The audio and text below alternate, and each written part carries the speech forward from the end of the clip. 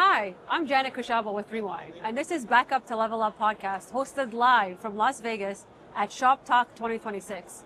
We're here on the floor talking to founders and operators about their stories and how they've had an impact, and we really want to bring those stories to life and share with you how they've backed up to level up.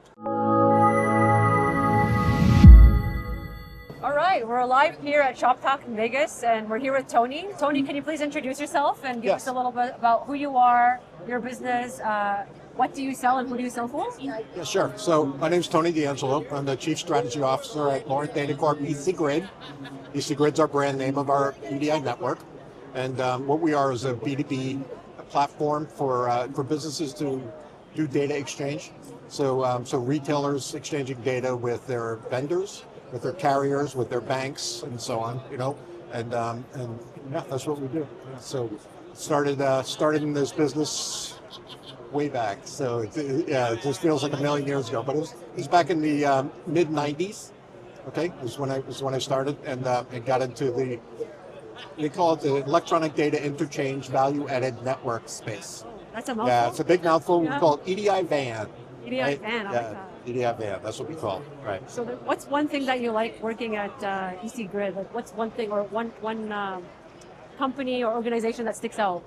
Yeah, so we have a lot of customers, like Target Corporation's one of our customers, but Best Buy and Amazon and a bunch of others.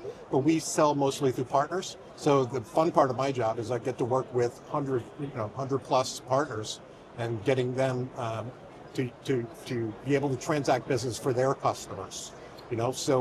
And really this is an important part of the supply chain. Not many people understand what we do for a living, but it's the hidden part of the supply chain on the planet, like more than 90% of all, data exchange is related to fulfilling orders, sending back invoices, doing shipping, notices, carriers, and so on.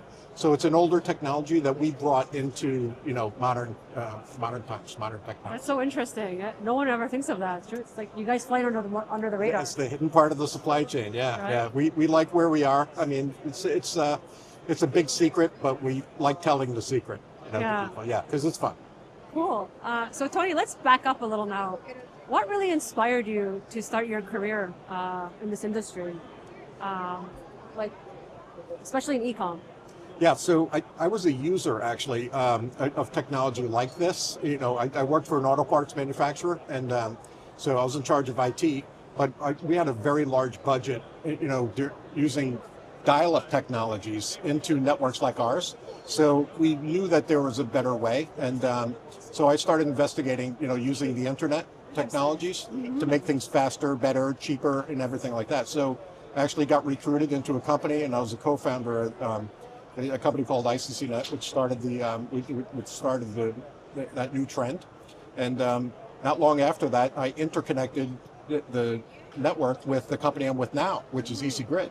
So we both basically started around the same time, using more modern technologies than the dial-up technologies. Wow. That was a lot of fun back in those days. Yeah, people were like, they looked at us as the disruptors. We are the disruptors. That was the fun part. I like that. Let's talk about the turning point here, Tony. What changed that helped you go from trying to actually growing? Was there a specific moment, decision, or channel that made a difference or an impact in your career? Yeah. So, when I saw the very large numbers on the invoices that were coming across my desk for technologies that were, just not really good. I knew there was a better mousetrap out there, and it just needed to be invented, needed to be used, needed to be adopted by companies, by businesses. It's not really consumers. This is related to consumers in the fact that the businesses like retailers order from vendors, and the vendors have carriers carry the product into the stores or into the or deliver it with drop ship and e-commerce. To the consumers. So it's B2B for B2C, right? So there's business to business for the business to consumer. So when I saw that was that had like kind of a gray area, it wasn't very well thought out. I knew that I could help. So that kind of like changed my entire career from IT, just being an IT person, over into inventing something and kind of disrupting the current industry I was in. Found a niche. We found a niche. Absolutely. Yeah. So I'm going to ask you a very interesting question. Okay. Can you share something you did earlier on that, like, looking back now, it feels insane? Like, oh my God, you did that manually? Like, you can just press a button and that's done. Yeah.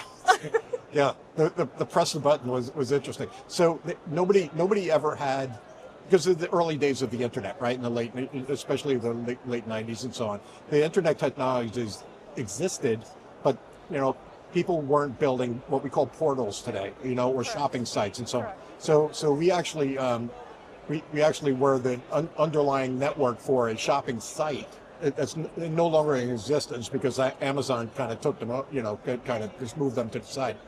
But as we're building that, we said, we need to build a portal so that they can have, companies can have visibility into, where their transactions are going. Like if you were a retailer and you're sending me an order, don't you want to know that I received it?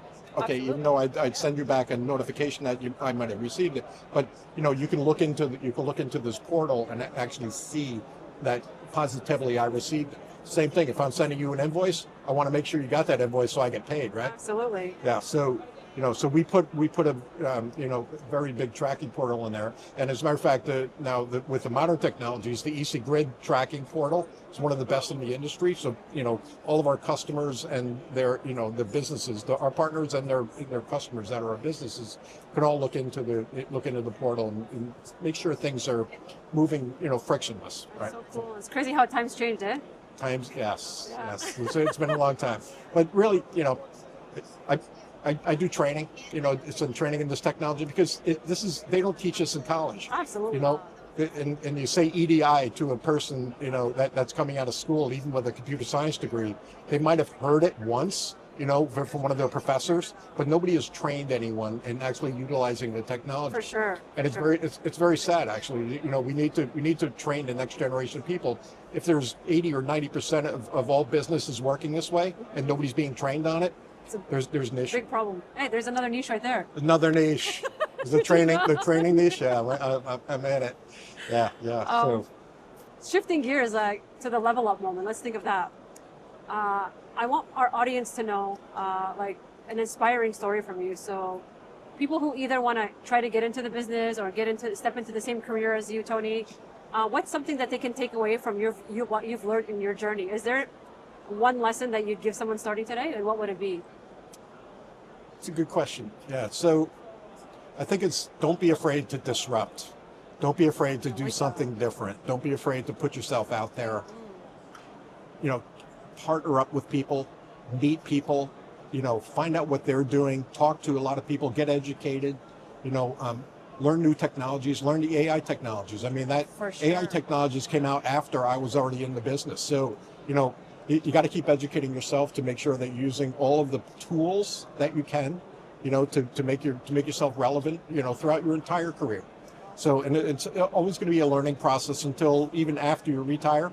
Right. This, I'm not lifelong learners, right? Lifelong learners. That's right? a great way to say it. So what I hear is consistency, disruption, question, and learn. Question and learn. That's awesome. Yeah, exactly. So before we close, where can people connect with you and your brand, and what's coming next for EC Grid?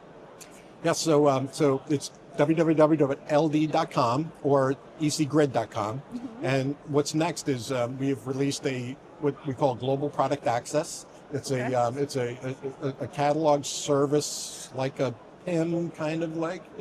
So it's a product data synchronization service between manufacturers, meaning brands, correct, and retailers, and also distributors and anyone else that wants to utilize product data. Interesting. Yeah, so we're using a lot of the newer technologies as defined by GS1 and other other organizations to expand on this and really bring down the cost of doing it and maybe disrupt again. That's awesome. Well, Tony, it was a pleasure having you on the podcast. Thanks. Pleasure being here. I'm sure listeners will find this interesting and find something that they can relate to and resonate. I'm super excited to see what's next for EC Grid, and it was a pleasure having you. Pleasure. Thank you. Thank you.